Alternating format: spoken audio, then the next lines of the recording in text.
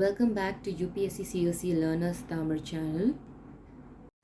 இப்போ நம்ம பிளானட்ஸ் பற்றி பார்க்கலாம். நான் ஏர்லியர் சொன்ன மாதிரி பிளானட்ஸ் வந்து ஸ்டாரோட ஆப்போசிட். ஸோ லைட் இது தானாக எமிட் பண்ணாது, இன்னொரு பாடியோட ஹெல்ப் வச்சு தான் இது எமிட் பண்ணும். Now let's see the definition. 2006ல இன்டர்நேஷ்னல் அஸ்ட்ரானமிக்கல் யூனிட் வந்து தட் இஸ் ஒரு ஆர்கனைசேஷன் பிளானட்டுக்கான டெஃபினிஷனை சொல்லியிருக்காங்க. மொத்தம் 4 பாயிண்ட்ஸ். ஃபர்ஸ்ட் ஒன், சன்னை அது சுற்றி வரணும். செகண்ட் ஒன், சஃபிஷியண்ட்டான மாஸ், அதுக்கு வெயிட் இருக்கணும். தேர்ட் ஒன், ஷேப் பற்றி சொல்கிறது, hydrostatic equilibrium shape, that is oblate spheroid. Fourth one, இப்போ அந்த ஆர்பிட் இருக்குது இல்லையா, இப்போ ஏர்த்தோட ஆர்பிட்டில் ஏர்த் மட்டும்தான் இருக்குது.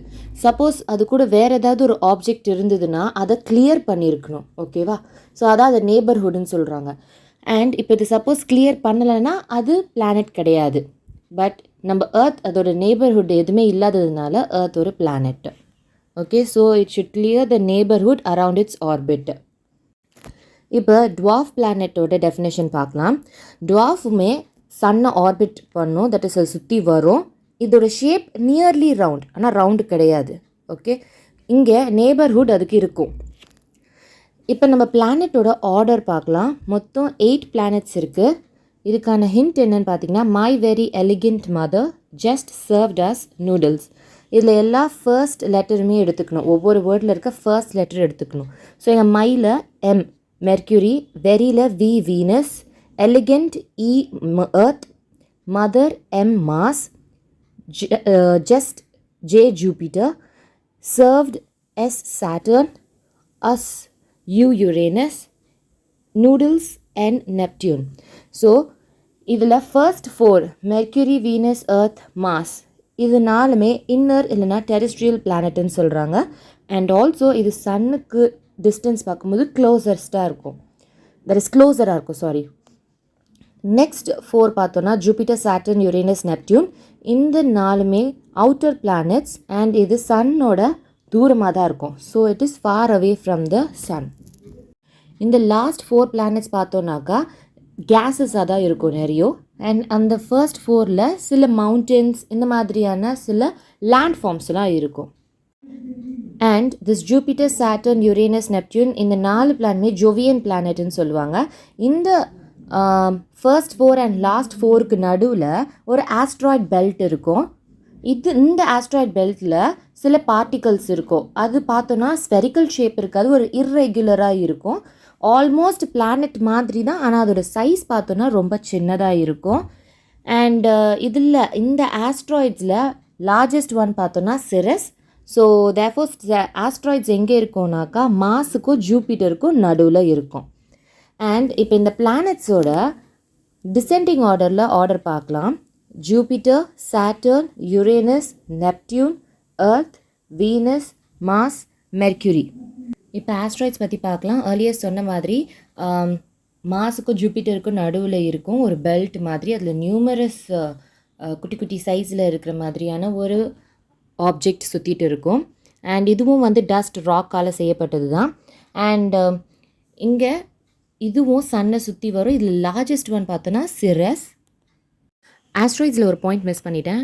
ஆஸ்ட்ராய்டோட டெஃபினேஷன் என்னன்னாக்கா, இப்போது பிளானட்ஸ் ஃபார்ம் ஆச்சு இல்லையா, பிளானட்ஸ் ஃபார்ம் ஆகும்போது சில ராக் மெட்டீரியல்ஸ் எல்லாம் லெஃப்ட் ஓவராக இருக்கும், தட் இஸ் டெபரிஸ். அதுதான் இந்த ஆஸ்ட்ராய்ட்ஸ், ஓகேவா? நெக்ஸ்ட் இப்போ நம்ம மீட்டியராய்ட் பற்றி பார்க்கலாம். ஸோ இது இந்த ஆர்டரில் படிச்சிங்கன்னா உங்களுக்கு ஈஸியாக இருக்கும். மீட்டியராய்ட், மீட்டியார்ஸ் அண்ட் மீட்டியரைட். ஸோ மீட்டியராய்டுன்றது ஸ்பேஸில் சில ராக்ஸ் மெட்டீரியல் இருக்கும். அண்ட் இந்த ராக்ஸ் பார்த்தோன்னாக்கா டஸ்ட் கிரெயின் சைஸ்லேருந்து ஸ்மால் ஆஸ்ட்ராய்ட் சைஸ் வரைக்கும் ஸ்பேஸில் சுற்றிட்டு இருக்கும்.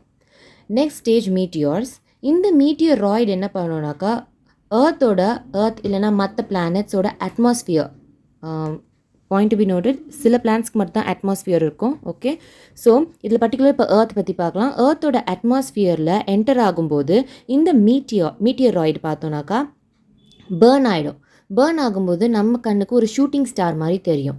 ஸோ அதுதான் மீட்டியார்ஸ். ஸோ மீட்டியராய்டு வந்து ஏர்த்தோட அட்மாஸ்ஃபியருக்கு வரும்போது பல ஸ்பீடில் வரும், நிறைய ஸ்பீடாக. ஸோ அப்புறம் ஸ்பீடில் வரும்போது அது பேர்ன் ஆகிடும். எது? மீட்டியராய்டு. ஸோ அந்த பேர்னிங் ஸ்டேஜ் தான் நம்ம மீட்டியார்ஸ்ன்னு சொல்கிறோம். ஆனால் சில மீட்டிராய்டு வந்து பேர்ன் ஆகாமல் நம்ம ஏர்த்தில் வந்து ஹிட் பண்ணும், தட் இஸ் சர்ஃபேஸ்லேயே வந்து ஹிட் பண்ணும். ஓகே, அதுதான் மீட்டிராய்டு. இப்போ நம்ம மீட்டியர் ஷவர் பார்க்கறதுக்கு முன்னாடி காமெட்ஸ்னால் என்னன்னு பார்த்துடலாம். காமெட்ஸுக்கும் ஒரு ஆர்பிட் இருக்குது, சன்னை சுற்றி வரும். ஸோ சன்னை சுற்றி வரும்போது என்ன ஆகும்னா அந்த காமெட் வந்து ஒரு ஹெட் அண்ட் டெயில் ஷேப்பில் அது மாற ஆரம்பிக்கும். ஏன்னாக்கா இதில் வாட்டர் அண்ட் கேஸஸால் மேடப் ஆனதுனால சன்னு கிட்ட நெருங்கி வரும்போது அந்த வாட்டர் வந்து வேப்பரைஸ் ஆக ஆரம்பிக்கும்.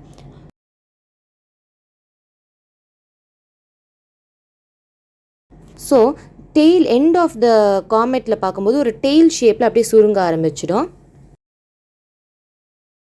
ஸோ தேர்ஃபோர் காமெட்ஸ்ன்றது ஒரு celestial object consisting of nucleus of ice and dust, and when near the sun a tail of gas and dust particles pointing away from the sun.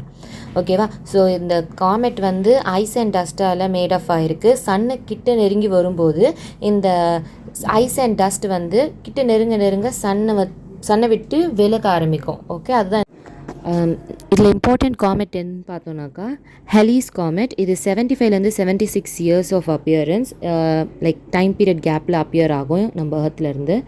And லாஸ்ட்டாக வந்து 1986 இந்த காமெட்டை பார்த்துருக்காங்க. Next இது எப்போ appear ஆகும்னா 2061. இப்போ நம்ம மீட்டியர் ஷவர்னால் என்னென்னு பார்க்கலாம். நான் முன்னாடி சொல்லியிருந்தேன் காமெட்ஸ் வந்து சன்னை சுற்றி வரும் அப்படின்ட்டு.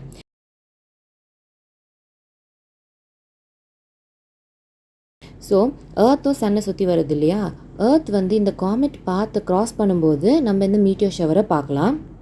அண்ட் நான் ஆல்ரெடி சொல்லியிருந்தேன் இந்த காமெட்ஸ் அதோட பாத்தில் சுற்றிட்டு வரும்போது சில டெபரிஸ் அந்த பாத்தில் விட்டுட்டு போகும்ன்ட்டு.